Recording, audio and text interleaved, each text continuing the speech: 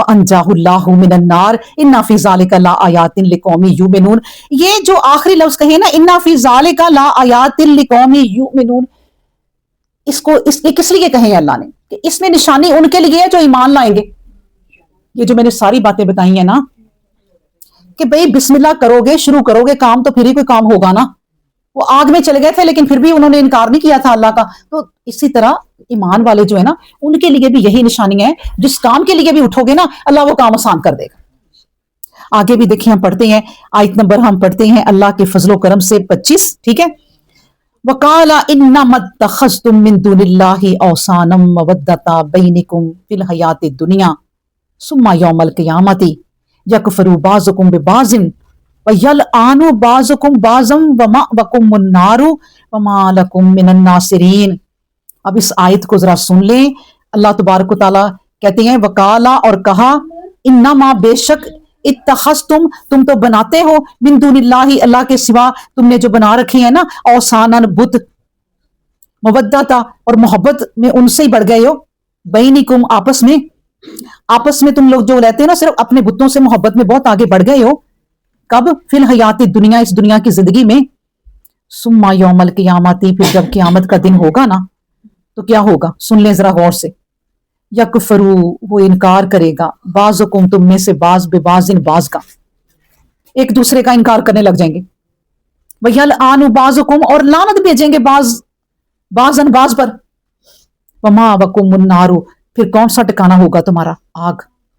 وما لکم اور نہ ہی تمہارے لیے من الناصرین کوئی مدد کرنے والا ہوگا. دیکھیں پھر کتنی پیاری آیت ہے جھنجھوڑ دینے والی کہ اے لوگوں سن لو، آج تم جن بتوں کے پیچھے، جن اپنی خواہشوں کے پیچھے، یہ خواہشیں سب سے بڑا بت ہے ہمارا، یہ اپنی چیزوں کے پیچھے محبت میں اتنا بڑھ گئے ہو کہ تمہیں رب یاد ہی نہیں رہا.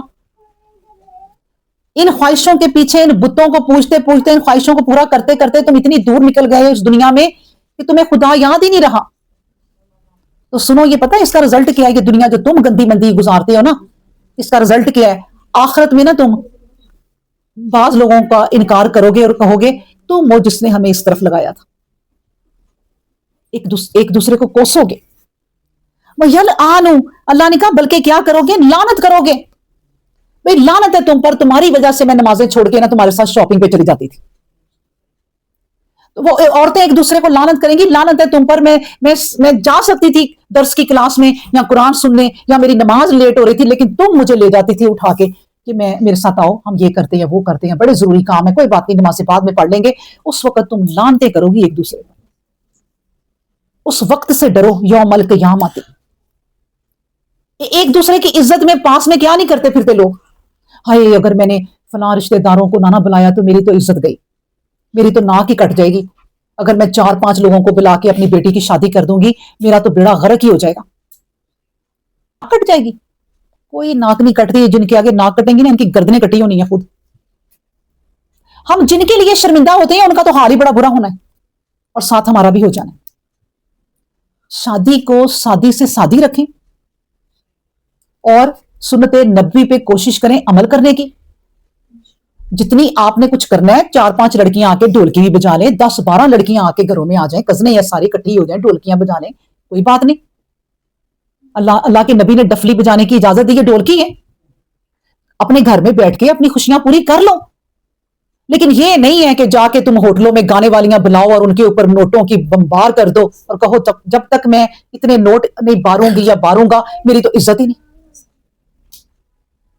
تو یہ سب چیزیں کیا سنت رسول ہیں؟ ان آیتوں سے ہم نے یہ تو نہیں نا سیکھنا کہ بالکل اب ابراہیم جو کر گئے ہاں بس اس پر ہم ایمان لے آئے. ہم نے یہ کرنا ہے جو ابراہیم کر گئے وہ ہم نے کرنا ہے. ابراہیم کی سنت پہ چلو، ابراہیم کی سنت پہ چلو. نبی کریم صلی اللہ علیہ وسلم بھی کہتے تھے کہ ابراہیم علیہ السلام جو کر گئے. اللہ اکبر. کہا تو یہ لوگ ہیں جن سے تم محبت کرتے ہو آج، یہ جن کی محبت میں تم آگے بڑھ گئے ہو. آخرت میں ایک دوسرے پہ لعنت کرو گے، ایک دوسرے پہ الزام لگاؤ گے اور اس کے بعد کیا ہوگا؟ ٹھکانہ الزام لگانے والوں کا بھی اور جو لگا رہے ہیں ان کا بھی نار ہونا ہے. اللہ نے کہہ دیا ٹھکانہ تم سب کا آگ ہونا ہے اور کوئی تمہارا وہاں مددگار نہیں ہوگا.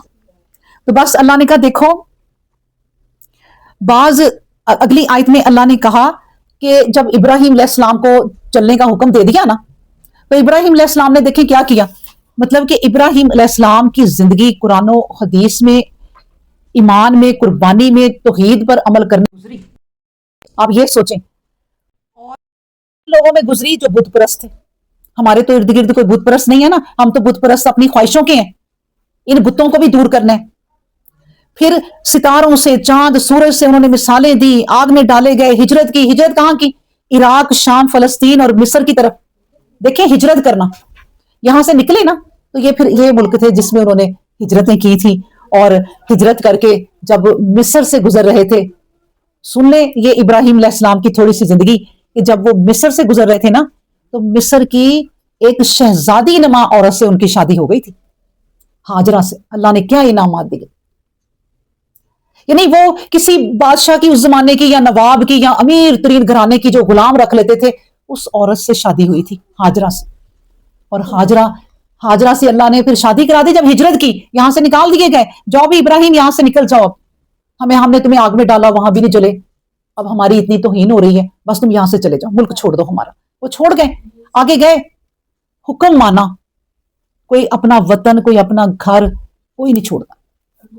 اور جس کو پتہ ہی نہیں ہو کہ آگے کہاں جانا ہے، کس جگہ میں نے رات گزارنی ہے، کہاں میں رکوں گا، کیا میں کھاؤں گا، کچھ بھی نہیں پتا، اور چلے گئے. اللہ نے کہا چل پڑا نا ابراہیم، تو ابراہیم اب چل پڑ، کیونکہ حسبنا اللہ و نعم الوکیل، اب تیرا وکیل میں ہی ہوں. جا کے ہاجرہ سے بھی شادی کرا دی. مصر میں، شام میں ان کے ٹکانے بھی بنے، انہوں نے تبلیغ بھی کی، ساری زندگی اس پہ گزری. ہاجرہ سے کون پیدا ہوئے تھے؟ اسماعیل علیہ السلام. اور اسماعیل علیہ السلام کی نسل سے جاتے جاتے جاتے نبی کریم صلی اللہ علیہ وسلم پیدا ہوئے. وہ برکتیں دی. اچھا کیوں برکتیں دی؟ حکم ماننے سے. اپنی زندگی میں وہ ہلے نہیں، توحید پہ قائم رہے. یہاں جو بھی کچھ ہو نا، کوئی آپ اپنے گھر میں کچھ کرنے لگو کو بھائی ہم نے جتنا حکم ہے نا اللہ کا، ہم نے وہ کرنا ہے، ہم نے ریس نہیں لگانی کہ فلاں یہ کر رہا ہے تو یہ ہوگا، تو فلاں یہ کر رہا ہے تو میں بھی یہ کروں. اپنے گھروں کے یہ اصول بنائیں، اپنے بچوں کو یہ تربیت دیں کہ ہمارے پاس جو کچھ ہے بہت کچھ ہے، لوگوں کی نقل نہیں لگانی. نقل لگاتے لگاتے زندگی تباہ. پھر یہ آیتیں ہمیں یہ سکھاتی ہیں کہ ہم نے بھی اب زندگی کیسے گزارنی ہے. ہمارے آگے قرآن کھلا ہوا ہے جو ہمیں سمجھا رہا ہے کہ زندگی کیسے گزارنی ہے. پھر کہا کہ جب انہوں نے ہجرت کر لی نا ابراہیم علیہ السلام نے، تو پھر اگلی آیت دیکھیں ذرا کہ اللہ نے کہا کہ فآمن لہ لوط، بس پھر ایمان ان پر کون لایا؟ صرف لوط علیہ السلام. لوط علیہ السلام ان کے پتہ نہیں بھانجے بتیجے تھے چھوٹے تھے، وہ ساتھ چل پڑے. ان کا وہ تقریریں سنتے ہی ہوں گے اور دل کو لگی ہوں گی، اور اللہ نے پھر ان کو بھی چن لیا کہ یہ اتنا دل پاک ہے.